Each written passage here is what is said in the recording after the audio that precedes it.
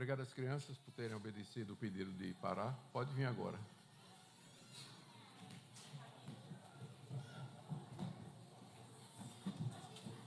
Muito bem. Deixa eu passar aqui. Eita.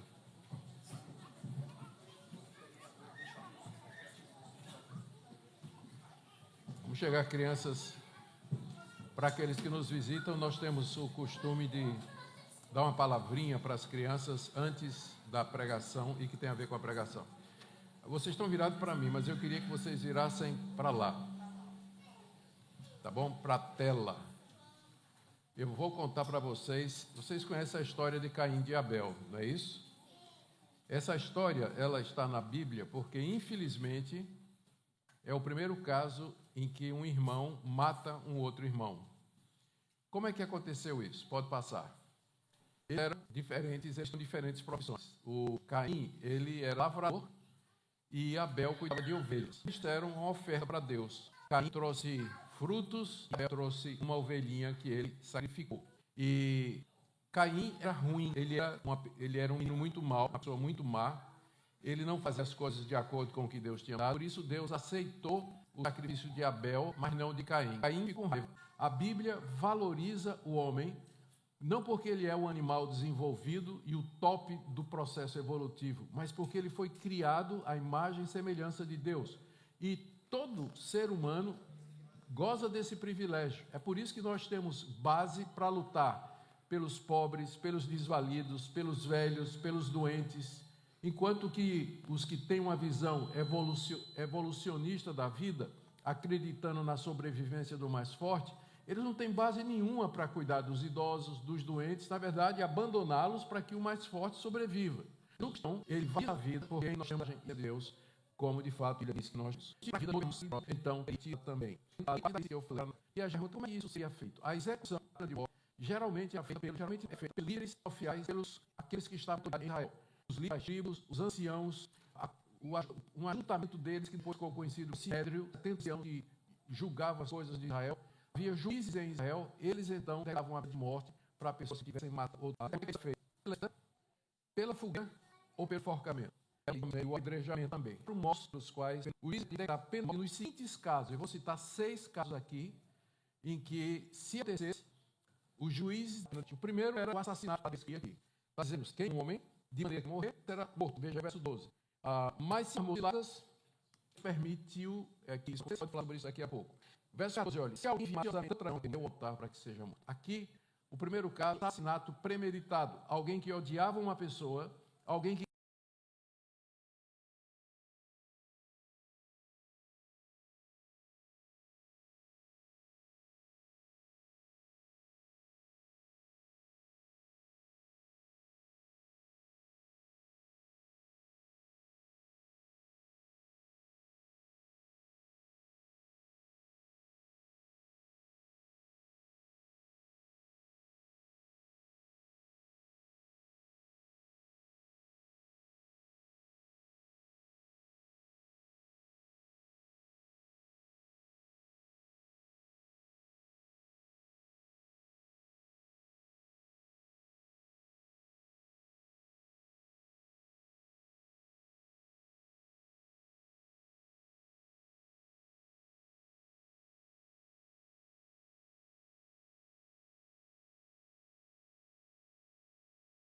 queria que aquela pessoa fosse morta e armou uma armadilha, preparou uma armadilha, a traição, foi e matou seu próximo.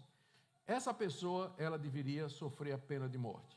Ela tinha que morrer, porque ela maliciosamente, intencionalmente, tirou a vida de alguém.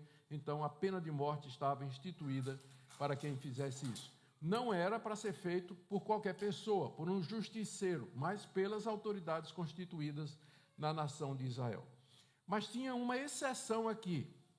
Se você matou alguém, se você matasse alguém acidentalmente, como diz o verso 13, se não armou ciladas, mas Deus permitiu que ele caísse em suas mãos, então designarei a você um lugar para onde ele fugirá.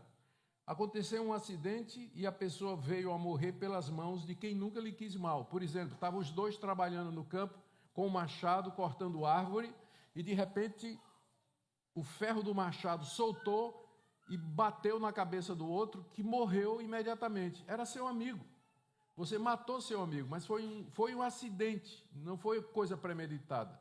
Então, nesse caso, Deus permitia que o assassino, que não é assassino, né, a pessoa que cometeu esse ato, pudesse fugir para um lugar que mais tarde, nós vamos ver aqui no livro de Êxodo, vai ser chamado de cidade de refúgio.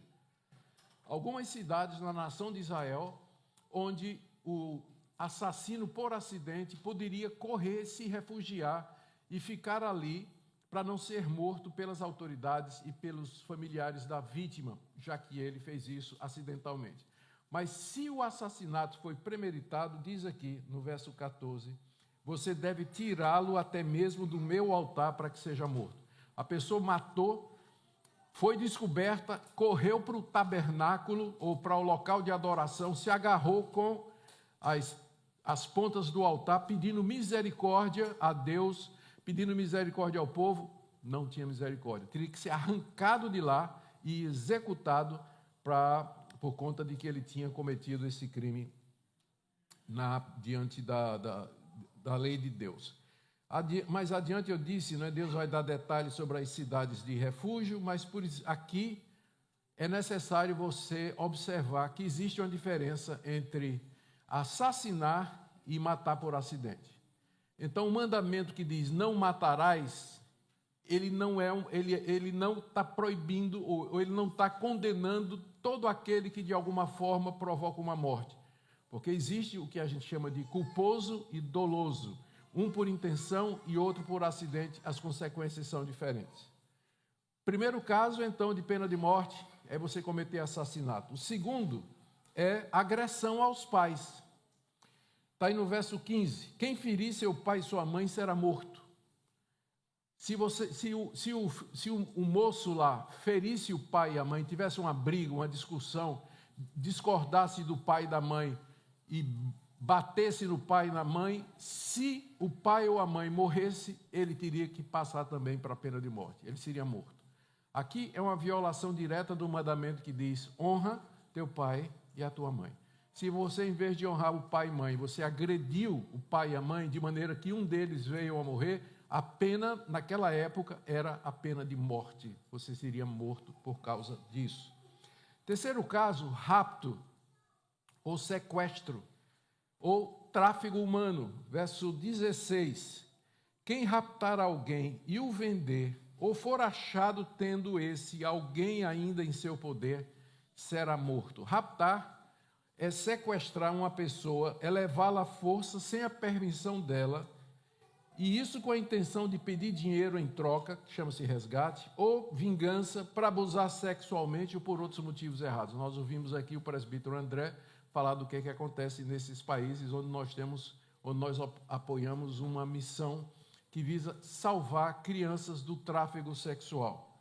O sequestrador, se a pessoa fosse encontrada com alguém que ele sequestrou, que ele obrigou, forçou a estar com ela, se ele fosse encontrado com essa pessoa numa casa, ou se ele fosse o autor ou o mandante que mandou fazer isso, pena de morte também. Ele seria morto por ter feito isso. Percebe como a Bíblia ela valoriza a vida? A vida é importante porque feitos à imagem de Deus. Por isso, toda a proteção foi dada na lei para que se evitasse tirar a vida de qualquer maneira. Aqui no caso, desde cedo, Deus mostra a gravidade do tráfego humano, como Deus se preocupa desde cedo, no começo das civilizações, em deixar claro na sua lei esse tipo de coisa. Agora vem o quarto lugar, o quarto crime que era cometido, que era punido com a pena de morte, que é amaldiçoar o pai e a mãe. Presta atenção, crianças. Amaldiçoar é falar algo ruim contra outra pessoa, como se você quisesse que coisas ruins acontecessem com aquela pessoa.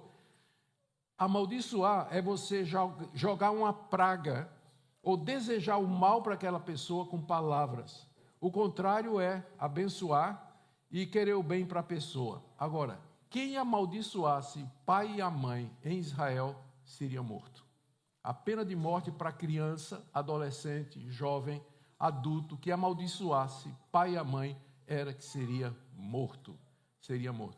Pode parecer desproporcional, mas mais uma vez, se você lembrar que, da perspectiva bíblica, o ser humano, ele é feito à imagem e semelhança de Deus, e que Deus colocou autoridades na sociedade humana. Os pais são autoridades sobre os filhos. Na igreja você tem homens qualificados que fazem a direção. No Estado você tem governantes, você tem presidente, você tem rei, se for a monarquia, tem juízes. Então Deus estabeleceu autoridades na sociedade humana. E isso deve ser valorizado. Se você ataca, se você xinga, se você pragueja contra o primeiro nível, que é seu pai e sua mãe, então a pena de morte deveria ser aplicada também. São 4 situações, eu falei que era 6, né? Foi um erro aqui, foi 4. Agora eu quero ver, em primeiro lugar, nós vimos a pena capital instituída por Deus. Em segundo lugar, 4 situações em que a pena de morte era aplicada. E agora vamos ver o que é que se devia fazer em caso de ferimentos graves. Ferimentos graves, em algum caso, provocando morte também. Nós vamos ler do verso 18 até o verso 22. Começa falando de uma briga. Uma briga. Se 2 brigarem, verso 18, e um ferir o outro com a pedra ou com um punho, e o ferido não morrer, mas ficar de cama, se ele se levantar outra vez e andar fora, apoiado no seu bordão, então será absolvido aquele que o feriu. Somente lhe pagará o tempo que perdeu e fará com que ele seja completamente curado. A situação é essa. 2 homens começaram a brigar. E um pegou uma pedra, bateu no outro, ou então deu um murro no outro, que o outro ficou muito ferido. Ele apanhou, mas não morreu. Ele ficou de cama, está aí no verso 18. Se ele conseguisse se levantar outra vez e andar fora de casa apoiado numa bengala, quem o machucou pagaria uma multa equivalente ao tempo de recuperação. Ele perdeu 5 dias de trabalho na cama com a cara quebrada. Então, quem quebrou a cara dele tinha que pagar o referente a 5 dias de salário, que foi o tempo que ele perdeu, e tomar todas as despesas médicas para que aquela pessoa fosse curada. Não está dito aqui, mas está implícito de que se na briga um matar o outro, então quem matou é pena de morte. É pena de morte. Aqui é no caso da briga ter sido muito feia, a pessoa foi ferida, mas não morreu, ainda consegue andar, então é só pagar o tempo que ele perdeu por conta da briga. Então, lá em Israel, as pessoas tinham que pensar bem antes de sair para o pau, né? Antes de ir para a briga e resolver no corpo a corpo quem tinha razão ou não. Uma segunda situação, está aí do verso 20 a 21, é no caso do dono de um escravo machucar o escravo. Está aí no verso 20 a 21. Se alguém ferir o escravo ou a sua escrava, que no caso ele casava com ela, ou a sua escrava com um bordão, o sujeito perdeu a paciência lá, pegou um pedaço de pau, bateu no escravo, e o escravo ferido morrer logo, será punido. A punição aqui é a pena de morte. Se você tem um escravo ou uma escrava, ficou insatisfeito, brigou, irritou-se, pegou lá uma estaca e bateu nos dois, ou em um ou em outro, se morrer, será punido. Pena de morte para quem fazia isso com o seu escravo. Isso aqui é um avanço extraordinário, porque nos códigos que nós encontramos, como por exemplo o Código de Hammurabi, os códigos da Babilônia ou do Egito, havia leis, mas nenhuma a ponto de proteger o escravo dessa forma, porque o escravo era visto como sendo uma propriedade apenas, e o dono tinha poder de vida e morte, podia matar, nada aconteceria. Mas em Israel, se você matasse um escravo, era pena de morte, você ia sofrer a pena de morte também. Deus, na sua lei, proveu proteção aos escravos para que fossem oprimidos e aviltados. Então, nós já vimos aqui o que é que aconteceria no caso de ferir. Veja só, no verso 20, se alguém ferir seu escravo ou sua escrava com bordão e o ferido morrer logo, será punido pena de morte. Mas, Veja só. Se ele sobreviver por um dia ou dois, se o escravo sobreviver às pancadas, o dono não será punido, porque o escravo é propriedade sua. O que é que aqui significa? Se ele não morrer em 2 dias, significa que o patrão, ele não estava com tanta raiva e ele não tinha intenção de matar, ele tinha intenção de castigar. Então, sobreviveu o escravo. Marcado, ele sobreviveu, mas o dono não passaria pela pena de morte, porque o escravo era dele. Agora, próxima situação. No caso de aborto, agora eu queria que você prestasse atenção, porque isso tem tudo a ver com hoje, com essa briga que existe, ou com a polêmica que existe a respeito do aborto. Pode ou não pode, em que situações pode. Vamos ler aqui, ó. Está do verso 22 até o verso 23.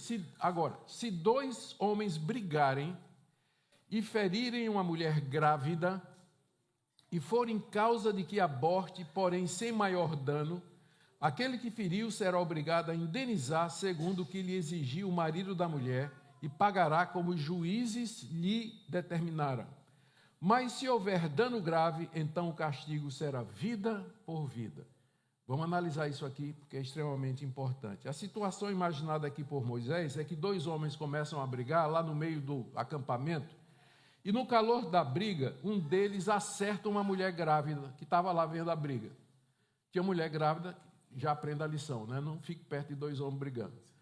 Então, estava lá o espetáculo, 2 israelitas no pau brigando, a mulher grávida estava ali, e de repente um erra o soco ou a paulada e bate no ventre da mulher, fere a mulher.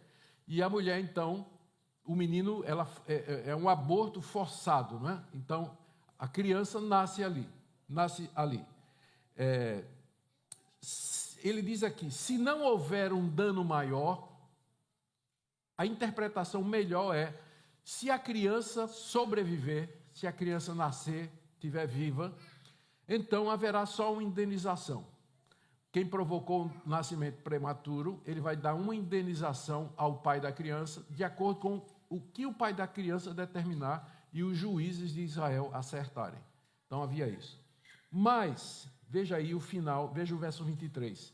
Se houver dano grave, interpretado, se a criança morrer, esse é o dano grave, então pagará, então o castigo será vida por vida. É por isso que a gente interpreta o dano grave com a morte da criança. Porque o agressor, nesse caso, ele vai ter que pagar com a vida. O que é que isso diz para nós? Que a criança no ventre da mãe, ela tem tanto valor quanto um adulto. Ela é feita à imagem e semelhança de Deus. No ato da concepção, nós já temos uma vida que vale tanto quanto você e quanto eu. Então, abortar significa tirar a vida de alguém, tirar a vida daquela criança. Quebra o mandamento, não matarás, não matarás. E em Israel, quem provocasse isso, a morte de uma criança no ventre da mãe, o castigo seria a pena de morte. Mostrando, então, que é uma vida por outra, por uma vida por outra. E aí, em seguida, Moisés anuncia o princípio da justa retribuição. Vocês perceberam que até agora, essas leis que Deus está dando, elas procuram ser justas. Precisam ser equilibradas. Elas falam de retribuição da maneira correta. E isso fica estabelecido naquilo que ficou chamado como lei de talião, está aí no verso 24. Olho por olho, dente por dente, mão por mão, pé por pé, queimadura por queimadura, ferimento por ferimento, golpe por golpe. Esse é o princípio da lei. O castigo vai ser proporcional ao mal que você causou. E nosso Deus é assim. Quando Deus vem e castiga uma pessoa, um filho seu, ele faz isso proporcionalmente ao mal que foi causado. É levado em conta os atenuantes, as circunstâncias. Nosso Deus é um Deus de justiça. Ele não apena ninguém sem motivo. E quando ele faz na medida certa, na proporção certa e com o objetivo de nos trazer para ele, para que nós sejamos perdoados e santificados. Agora vamos ver, depois de dizer que a lei é essa, a lei da retribuição, Moisés recebe tem um exemplo aí que vai do verso 26 até o verso 27, que vai explicar isso aqui. Ó. Se alguém ferir o olho do seu escravo ou o olho da sua escrava e inutilizar o olho, deverá deixar o escravo ir livre como pagamento pelo olho. E se com violência fizer cair um dente de seu escravo ou da sua escrava, deverá deixar o escravo ir livre como pagamento pelo dente. Aqui está uma aplicação dessa lei, da proporcionalidade. Você bateu no seu escravo ou na sua escrava, arrancou o olho, deixou cego, tem que libertar. O preço é liberta. Por quê? É o pagamento pelo olho do escravo. Se você deu um murro na cara do seu escravo, quebrou o dente dele, quebrou a mandíbula, o escravo está livre. O pagamento é a liberdade. Você não pode mais ficar com ele. Gente, não tinha esse tipo de lei em nenhuma das civilizações do Antigo Oriente. Assíria, Babilônia, Egito, nada. A escravidão era um sistema horrível, totalmente desumano. Graças a Deus que a Bíblia já lança os fundamentos da liberdade. No Novo Testamento você já vai encontrar o apóstolo Paulo encorajando aqueles que têm escravos a recebê-los como irmãos e, se possível, dar a liberdade. Isso vai acontecer mais adiante na história do cristianismo, a influência do pensamento bíblico através, por exemplo, de homens como Wilberforce no parlamento inglês, que promoveu leis acabando com a escravidão, trabalho infantil e uma série de coisas mais, resultado da lei de Deus. Agora, vamos continuar. Nós estamos vendo aqui casos de ferimentos e morte. Já vimos o caso do israelita de segurar um escravo seu, e agora muito interessante, o do boi chifrador. A lei de Deus alcança até o boi, né? Tudo em Israel estava debaixo da lei de Deus, não tinha nenhuma área sobre a qual Deus não tivesse uma regra, uma lei para ajudar as pessoas. Então, a situação aqui é a seguinte: se o boi chifrasse uma pessoa e a pessoa morresse, vamos ler do verso 28, o verso 28. Se um boi chifrar um homem ou uma mulher, fazendo com que morra, o boi será apedrejado e a carne dele não será comida, mas o dono do boi será absolvido. O cara tinha um boi chifrudo, né? Com chifre, e o boi chifrou alguém, né? Soltou-se lá e foi, deu uma chifrada em alguém, essa pessoa morreu. Então, como é um boi primário, o boi é réu primário, foi a primeira vez que ele fez isso. Como é um boi réu primário, ele vai ser apedrejado, a carne dele não pode ser comida porque representaria algum tipo de recompensa, a carcaça tinha que ser jogada fora e o dono do boi seria absolvido. O castigo dele é que ele perdeu o boi. Ele não é o culpado direto, ele é indireto, por isso a penalidade é apenas que ele vai perder o boi. Mas no caso de um boi chifrador, é o nome que dá aqui a partir do verso 29, a situação já muda de figura. Veja só, estou lendo o verso 29, acompanhei.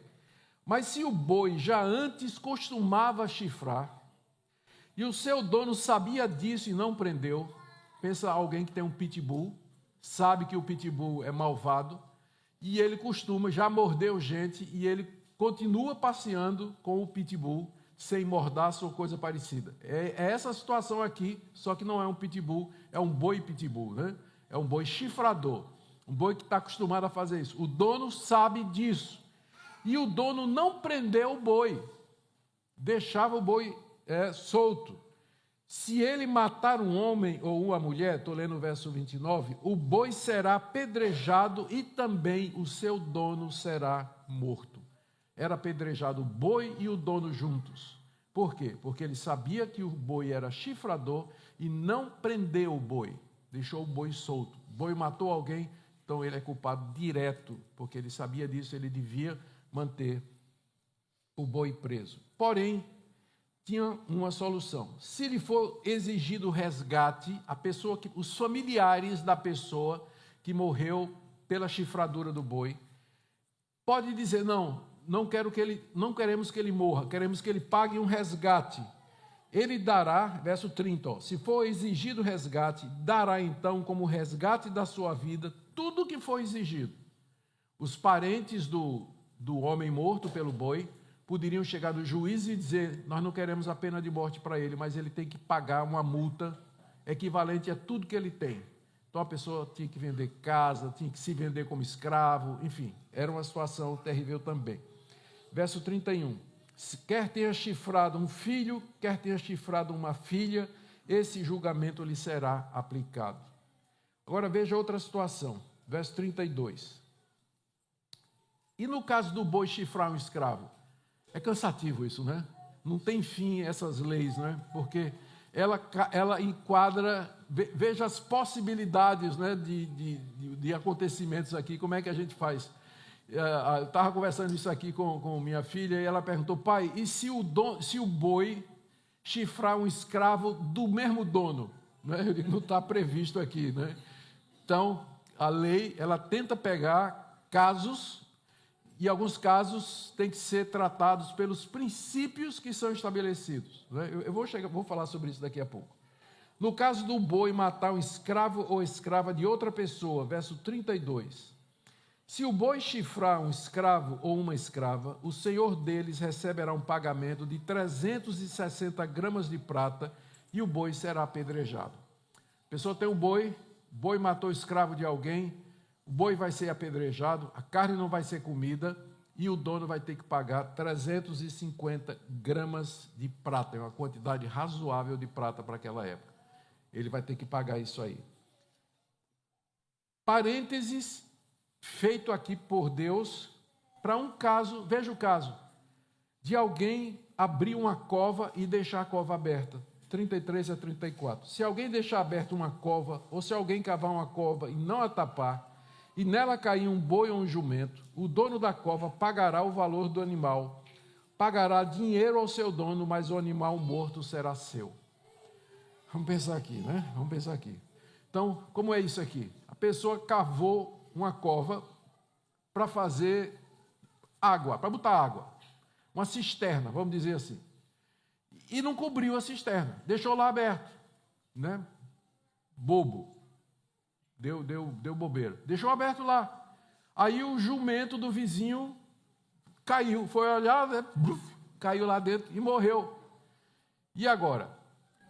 O dono, a pessoa que cavou o buraco, ela vai, ele vai ter que pagar o valor do animal ao seu vizinho, mas o animal morto pertence a ele. Ele vai poder ficar com a carcaça. Se for um boi, ainda dá para comer alguma coisa, né? Carne de jumento não era apreciado, o jumento era um animal impuro, não era apreciado.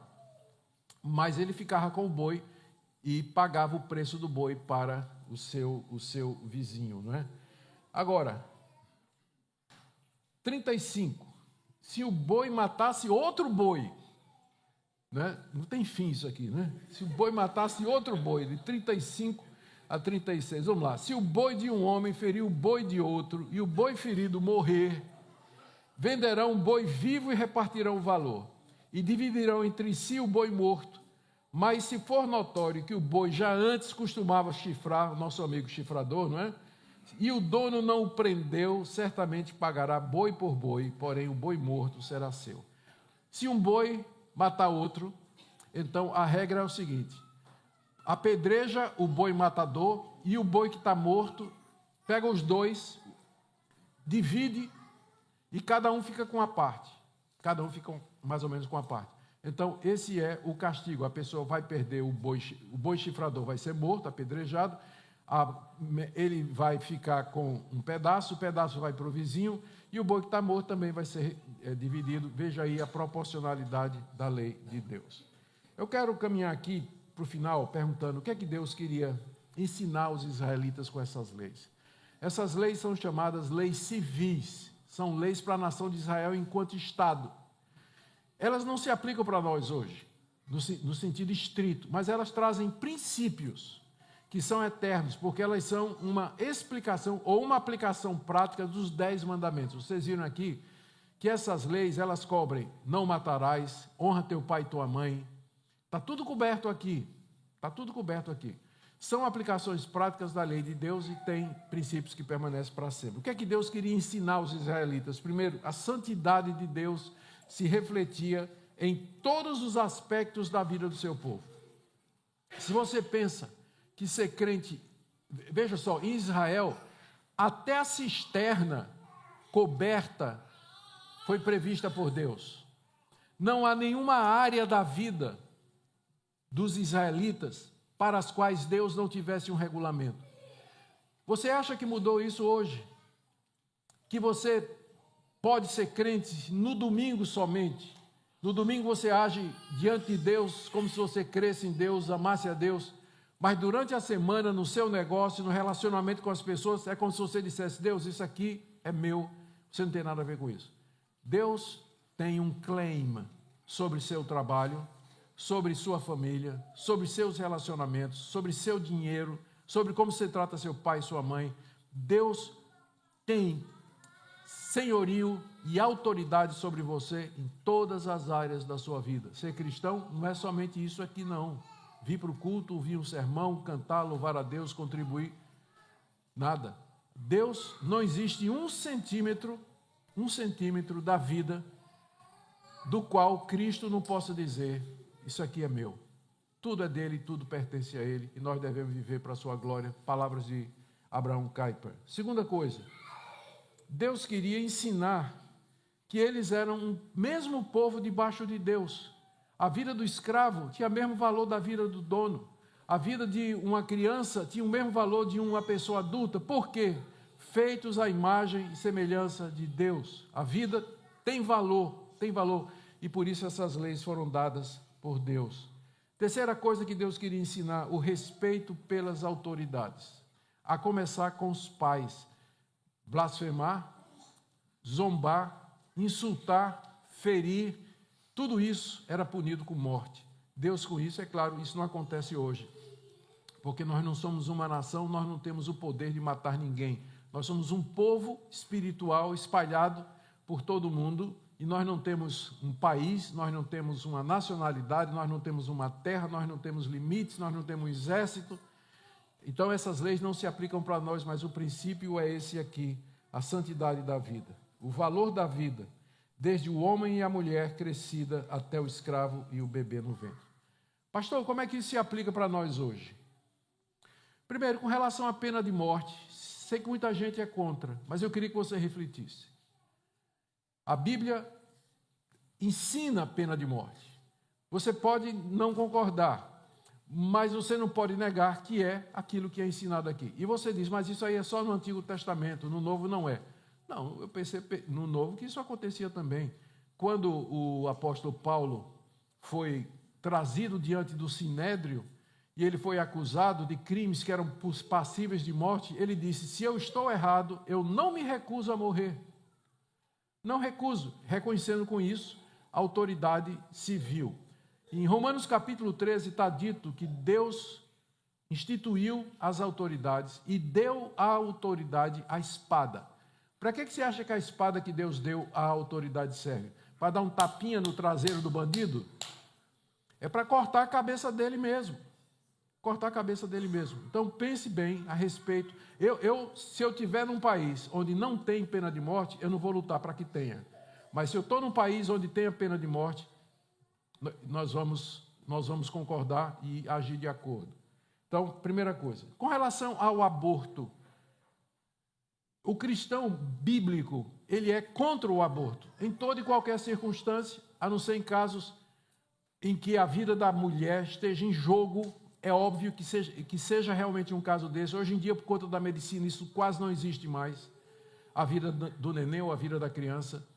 Então, nós somos contra o aborto porque nós cremos que a vida começa na concepção e que toda criança tem a imagem e semelhança de Deus. Com relação aos idosos, isso aqui de respeito a mim, respeitar e honrar, por favor, né? Lembra do Estatuto do Idoso.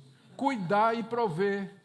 Pai, mãe, não abandone seu pai e sua mãe, não despreze seu pai e sua mãe, respeite seu pai e sua mãe. Mas eles fizeram muito mal a mim, eu fui muito maltratado, ainda assim é seu pai e sua mãe, você tem que perdoar, você tem que abençoar. Com relação às autoridades, eu não preciso falar, E agora com relação ao irmão. Nós já vimos aqui, quando falamos para as crianças, e também foi lido no início do culto, que Jesus disse que quem odiar o seu irmão, quem chama ele de idiota, raca, é isso que a palavra em aramaico quer dizer, você vai ser réu do juízo e da condenação e da morte. Então, será que tem alguém no seu coração que você odeia? Será que você está aqui nessa manhã querendo a morte de alguém? Quero que ele morra. Ou então dizendo assim, eu não quero nem ver.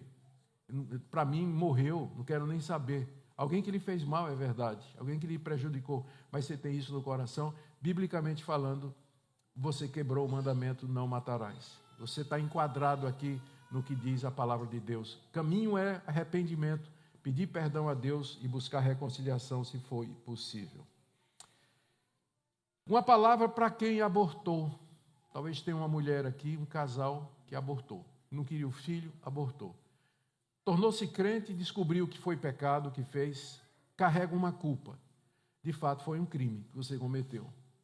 Mas existe perdão para quem se arrepende, confessa e busca a Deus misericordiosamente. Você não tem que levar essa culpa a vida toda. Se você confessa, pede perdão, é perdoado por Deus. Se alguém aqui que desonrou seus pais, que tem tratado seus pais de maneira errada, desprezado o pai, você não precisa levar essa culpa também. Perdão, reconciliação, a Bíblia nos ensina a fazer isso. Se você odeia alguém, se você espancou alguém, se você espancou sua esposa, está em pecado. Se você bate na sua mulher, isso é pecado, é crime na verdade. Crime e devia ser denunciado. Então, tem que parar, tem que perdoar, tem que reconciliar, tratar a sua vida, tratar o seu casamento, para que isso não aconteça. Para que nós possamos, de acordo com o que está escrito aqui, valorizar a vida, procurar sempre abençoar. Eu acho também, pensando aqui na irresponsabilidade de quem cavou um buraco e deixou descoberto, eu penso que às vezes no trânsito, não é? A gente excede demais a velocidade, vira uma arma, e é irresponsável, porque nós colocamos em risco nossa vida e a vida de outras pessoas também. No caso de um pitbull, por exemplo, se tem um cachorro bravo e tudo mais e não toma conta, é o princípio que está aqui. Você tem que ser responsável, você tem que pensar na vida dos outros quando você está fazendo as coisas. Espero ter sido claro para todo mundo, não é? E que Deus... Amém? Amém. Amém, Senhor. Senhor, Tu vistes o amém desse povo querido. E nós pedimos que o Senhor fale a cada coração.